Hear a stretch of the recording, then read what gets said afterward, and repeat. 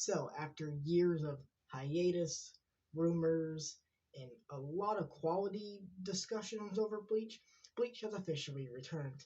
And so, in celebration, I figured to make a top 10 favorite Zanpakutō video. Mind you, this video will be based off solely Shinigami, so no Arrancar Zanpakutos or their electrons, or whatever the fuck I'm supposed to say it. Well, except for one, but that's by a technicality. Also, these are not objective. This is all opinion based. I just feel like I needed to reinforce that. So none of this is gonna be like these are the strongest ones. These are just my personal favorite, just design and concept wise. Also, if you enjoyed the video, be sure to like, subscribe, share, comment, do whatever you do when you enjoy a video. My name is Red Eye Infinity, and this is my top 10 favorite Bleach Zanpakutos. Let's jump into it.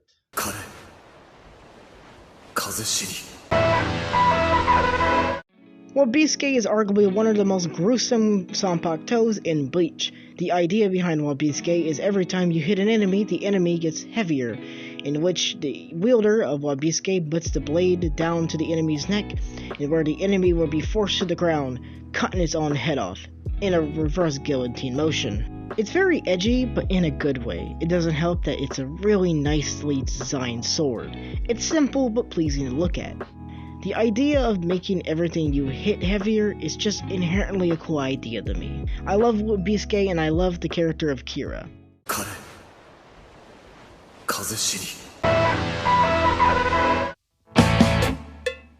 Kenpachi is noted as one of my favorite characters in all of media, so it would be criminal if I didn't have him on the list somehow. That's not the only reason, of course. After all, his Zanpakuto, Nodarashi, is just luckily really awesome. Nodarashi is one of the few swords that has a base design that I can't help but to love. Being notably longer and with a chipped blade and with wrappings on his handle and scabbard, Nodarashi has a very edged, aged warrior look to it, which goes perfectly with Kenpachi, as the spikes matches the edginess of Kenpachi's design, as well as his personality. Nodarashi Shikai carries on the tradition of raw power, becoming a massive axe of which Kenpachi can use to cut bigger, in the most Kenpachi way possible, of course. Notably, it has a much cleaner design, which matches Kenpachi's more cleaner look in the 1000-Year Blood War arc. Now, his Bankai is fine. I get what they're going for, but I'm not a big fan. Don't get me wrong, I do like the red, mindless berserker aesthetic, but it feels lackluster. Doesn't help that Kenpachi doesn't get a lot of time to show off this new form, and his fight with his Bankai is not my favorite. Overall, pretty cool Zanpakuto, just slightly disappointing Bankai.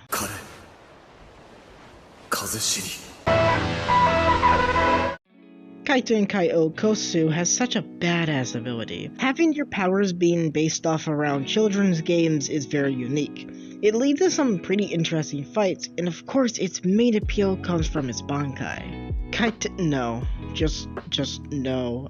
No. This name is the adult version of the Zanpakuto, now taking the form of a Kisho Tengetsu.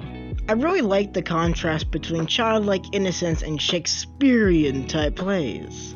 There really isn't much I can say other than I really enjoyed the abilities. I will also say that I really enjoyed the Shikai. I think it's really pretty, especially with the scabbard Daijo design, especially with the Chinese style. I have googled for 3 hours. I cannot figure out what the hell this is called, but this piece, it's very pretty and like decorative.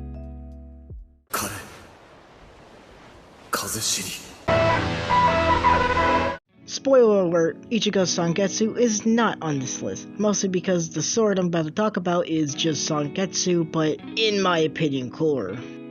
Benihime, resembling a Dao, is a red blood-like energy-based Zanpakuto with creation abilities. These creation abilities being Razor Benihime and Blood Mist Shield. Benihime's Asuchi form is in the shape of a cane, which gives it this really old wise look to it.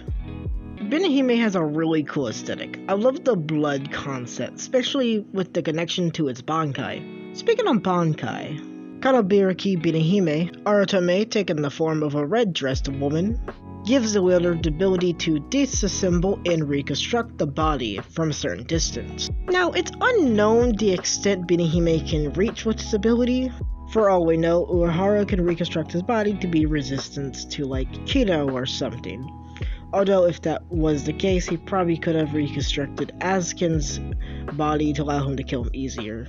So it's probably safe to assume otherwise. It's a beautiful Zanpakutō deserving of number 7.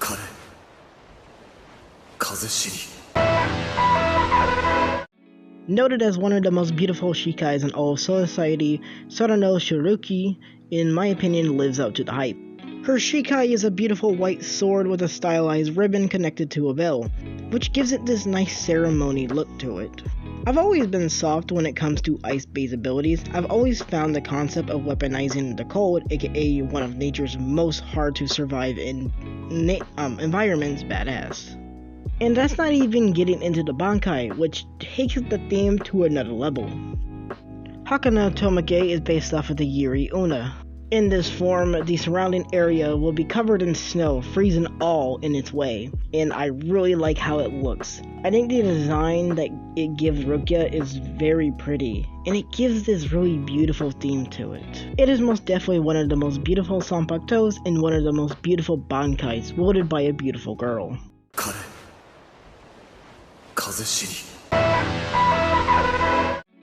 Ikimiki Domoe is the result of a Ahusha Hollow so powerful that even Baragon respected him enough to make a pact with him to never interfere with each other, being captured and created into a Zanpakutō. First off, let's talk about the design. I love how it has a extended Roman design to it. I particularly love the blade.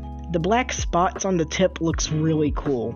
And the wrappings on the handle and its crossguard gives it this very old and sealed away look to it. But that's just the base sword. Let's talk about its abilities. Orbit the Stars allows the users to summon Ikomiki Dome's arm. Send them to their burials and engrave them in memory. Allows the user to summon Ikomiki Domoe itself. Also, the Zanpakutō allows the user to summon multiple other hollows. Hotch the Disease, Ikidomoe, allows the user to summon it once more, but smaller and faster. Ikidomoe in this form is faster, its regeneration is much better, and it can shoot arrows from one eye. Ikomiki Domoe, and you can suck my dick if you're gonna think I'm gonna say the rest of that fucking Bankai's name, is the Bankai, and technically the Resurrection. You can't necessarily classify it in one category since it shares elements from both types. Once this form is released, the user takes on a hollowified Shinigami form, something akin to Ichigo. And damn it, I love this design. It's metal as hell. I would highly recommend you go check out Camp Funeral World. It's a really good read, and this character and its Zanpakutō, it's really fucking cool.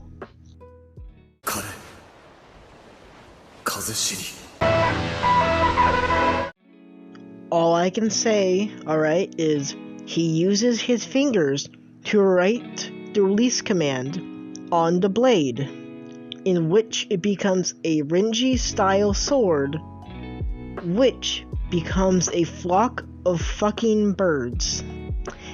That is so fucking gas. There isn't much I can really analyze here, it's just a really awesome sword that I just like. It takes a sword concept that I'm already pretty much a fan of and gives it a bird aesthetic, which, as a massive fan of birds, I approve of. Taka is an example of a simple and yet effective blade.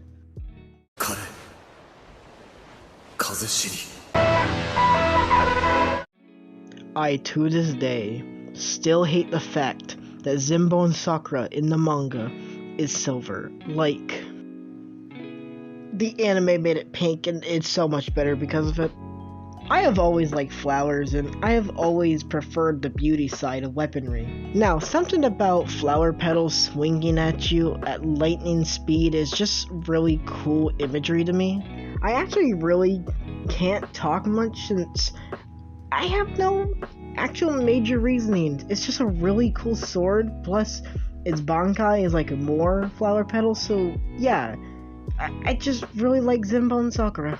I guess I can make a point about how it's ironic that Rukia's brother has arguably the second most beautiful sword in society, so I guess there's a thing there that's pretty cool.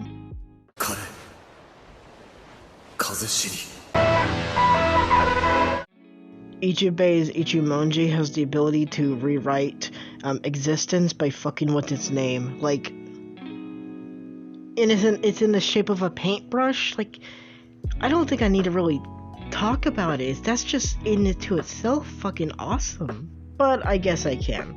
I inherently love art. I mean, I'm a manga fan, I'm an anime fan, I'm a comic fan, so on and so forth. I love art of many different types. So it's no surprise that one of my favorite anime-based types characters are usually the ones that uses art as a form of battle. So yeah, it just makes sense. So yeah, I really love this sword a lot.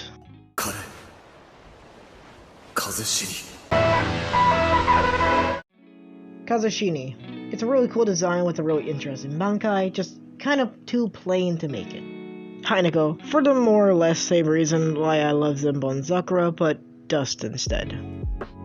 Zamimaru. Although its old Bankai is arguably one of my favorite Bankais in all of Bleach, its Shikai and new Bankai are just okay. Shiken Hyoken. One of the best looking designs, but lacking in a lot of other departments. Jiken. It elongates. Like my dick.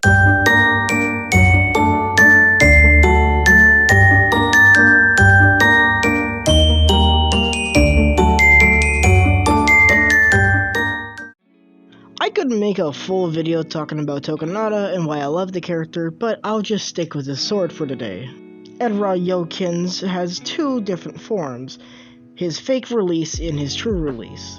His fake release gives him the ability to reflect and bounce abilities off from him, think Lotus from the 7 Deadly Sins, while his true release allows him to copy other abilities. His true release allows him to replicate any Zanpakutō, although each version that he copies has to scale to the user's Ryatsu, meaning depending on how strong you are depends on how strong your copying is. Additionally, you can wield more than one at the same time, although this results in a weaker copy for both. I have always loved copy-based abilities. I think they lead to some interesting battles, and as well as makes the character pretty diverse movement-wise, as well as allows for very fun and interesting conflicts. It's all around a pretty badass Zanpakutō, and I'm happy to say it's my favorite Zanpakutō.